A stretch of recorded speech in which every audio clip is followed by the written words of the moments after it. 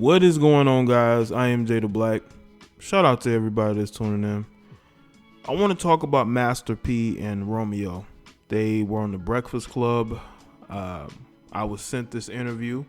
It's actually, as I'm recording this, trending 14th on, as far as the top trending topics on YouTube. So this interview is trending. It's not close to 1 million yet, but it's probably going to get there very soon. And I watched this interview, and I gotta admit, I could see, Master P being a very effective speaker, and why he is successful in his business ventures, especially with the rap snacks. I am a huge fan of the rap snacks. They're one of my favorite chips to buy. I try not to buy too much chips, but when I do and I see them, they're my favorites. Ironically speaking, the one with Romeo on it is actually one of my favorites to buy. Okay, that and the one with the Migos on it. I'm actually thinking about buying in bulk to support what he's doing, because I do like to support black businesses when I can. I think that there's nothing wrong with that. And one of the things that really stayed with me throughout the interview, it just seemed to me that Master P was very frustrated by the lack of support that melanated people give each other as far as their businesses is concerned, supporting each other. I could see where he's coming from. Okay. They even mentioned how there were melanated people that were actually happy about Deontay Wilder losing. As a matter of fact, Floyd Mayweather put up a post on Instagram, just sort of giving words of encouragement to Deontay Wilder, saying that we should all, as a community of people, have his back. And there was one brother, quote unquote, that said, well, Tyson Fury's our brother too. We should have his back. And I'm like, in that moment, it wasn't about Tyson Fury. It wasn't about embracing him as a brother, even though he's not a brother. But people, once again, because you got a lot of fangirls out here, in that moment, they felt they needed to represent for who they support, And I have said this over and over. This is why I'm not one of these, pro blacks, because I see a lot of hypocrisy. The only time people show any type of unity is when they are going at another melanated person. This is facts, people. And when you hear Master P and Romeo just speak in a very logical manner, business manner, it is really nice to see, because Master P is a guy who, he is pretty much, his whole life is a blueprint. A guy who came from nothing to something and has been able to stay relevant financially or in the media or entertainment for a long time. This guy could probably write many books just speaking on his journey and the different points in his life. Romeo could probably do the same. He spoke about him being in the industry for 19 years and how he was always cool with Bow Wow, but the media wanted them to go at each other. That was one of the reasons why he left growing up hip hop. He spoke about being the highest paid one on the network, but he felt like he needed to leave because he did not want to be a sellout. Didn't want to sell his soul. But there are a lot of people who would. This is why they're on reality TV every single day, and they have no qualms about getting on TV and making a complete, fool of themselves just to get some attention, just to make money, just to grow their social media profile or following. But it's good to see, two black men, father and son, who are able to speak on what they speak on and to have the mindset that they have. I think that's very encouraging because, Master P talked about, speaking up for the next generation, because I know he sees it as a guy who has gotten older and has a different perspective. He's looking at the guys coming up and he's seeing what's happening to these young rappers. one by one, these young rappers are being taken off of this planet. And I know for somebody who's been in the industry and came where he came from, that has to be worse, because somebody who has been a part of rap for so long, when you see these other guys coming up and they have ability, they have talent, they have a following, and then they're just not here anymore due to people who look like them, that is very troubling. And I think that's one of the things I get from what he was saying. I think that we need more logic in the black community. We need more logic, more common sense, more reason. I'm all about that. People don't like my individuality. I am not one of these people who are sheep. I'm not going to follow, who you follow, who you support. We're just going to be at odds, and you're just going to have to deal with that.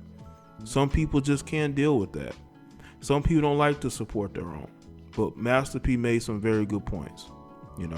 We should support each other more. Other communities don't have to beg and plead to get people to support them. He also mentioned, because he has a noodles out that he's pushing now, and he spoke about how people are asking him how much sodium is in the noodles, and he's like, ramen noodles don't have to deal with that. They're $1 billion company. They don't have to deal with people asking them, how much sodium is in noodles, because there's a lot of sodium in ramen noodles. But when it comes to him, people have all these excuses. And I think I've spoken about it. I've spoken about how, we as melanated people, we will make every excuse in the world for why we can't support each other. They'll talk about the customer service, and they'll talk about the quality of the products. It's like nothing is good enough. They want a reason to go and be disrespected by the Middle Easterners, by the Hindus or the Hindis. And they'll take that. They'll take those people not treating them with any type of respect. They'll deal with that. Customer service is not good, but they feel more comfortable giving their money to somebody that doesn't look like them than somebody who looks like them, because we don't want to feel like we're getting over, that somebody's getting over on us, that other melanated people are getting over on us, and that's sad. That's a very sad state of affairs. Now, you have a lot of melanated people, right, who have dealt with or are dealing with trauma. They've never gotten over that trauma, and they deal with people who, other melanated people, through the lens of somebody who has disdain towards their own. But what they will do is they will shift it into different directions.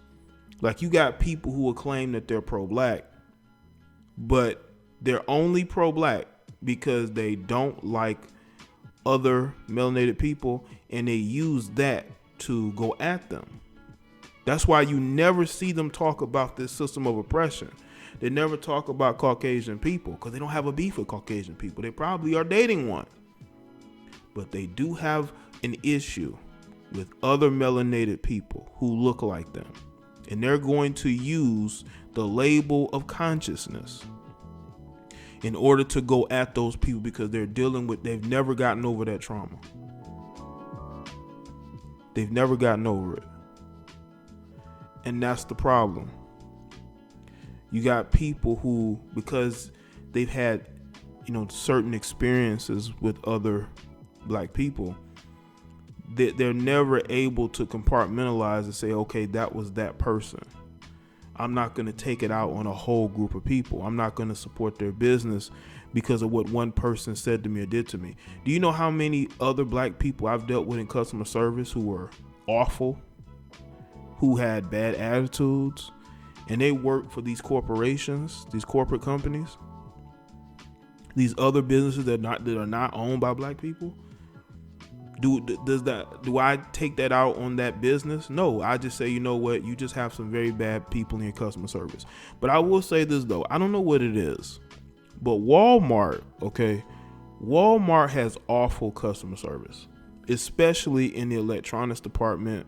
They put all these females in the electronics department who don't know what they're doing. They're never at the cash register. They're never where you can see them. Or if you go and ask them a question, they go and refer you to somebody else. They're talking to other employees. There was one time I walked in Walmart and there was this sister and she had her daughter in the shopping cart and she's pushing her daughter around. That's Walmart, but do I take it out on Walmart? No, I just say, you know what? I'm gonna know what I want to get before I even go there. And if I do ask a question, I'll ask a question to somebody who is familiar with that particular area. Like let's say if I'm in the food department and there's somebody stocking, I'm saying, hey man, can you help me find this or that? They'll probably know. They're not gonna refer to me anybody. But for the most part, when you go into a lot of these businesses, you're not going to have good customer service. I will tell you this. I don't care what black business that you claim doesn't have good customer service. I want you to stack up the customer service at Walmart or some of these other places to those black businesses. You cannot tell me that those black businesses have worse customer service than Walmart. Not just Walmart. There are other places too you go in and they're just lazy. They don't want to do nothing. You can't ask them that. And the attitude is already off the charts crazy. And these people get jobs. They have no problem getting jobs. You know why? Because they fit a certain criteria. But that's a whole nother video. We make a lot of excuses why we can't support our own. And I also appreciate Romeo taking a step back and saying, you know what, it ain't about the money. It's about my mental health. It's all about me having a productive life where I'm not in drama. And, you know, you can tell that with the perspective of Master P and how he was raised. And even though he was pretty much raised in the industry, he still has a perspective other young men could really look to, you know, and we really need that these days.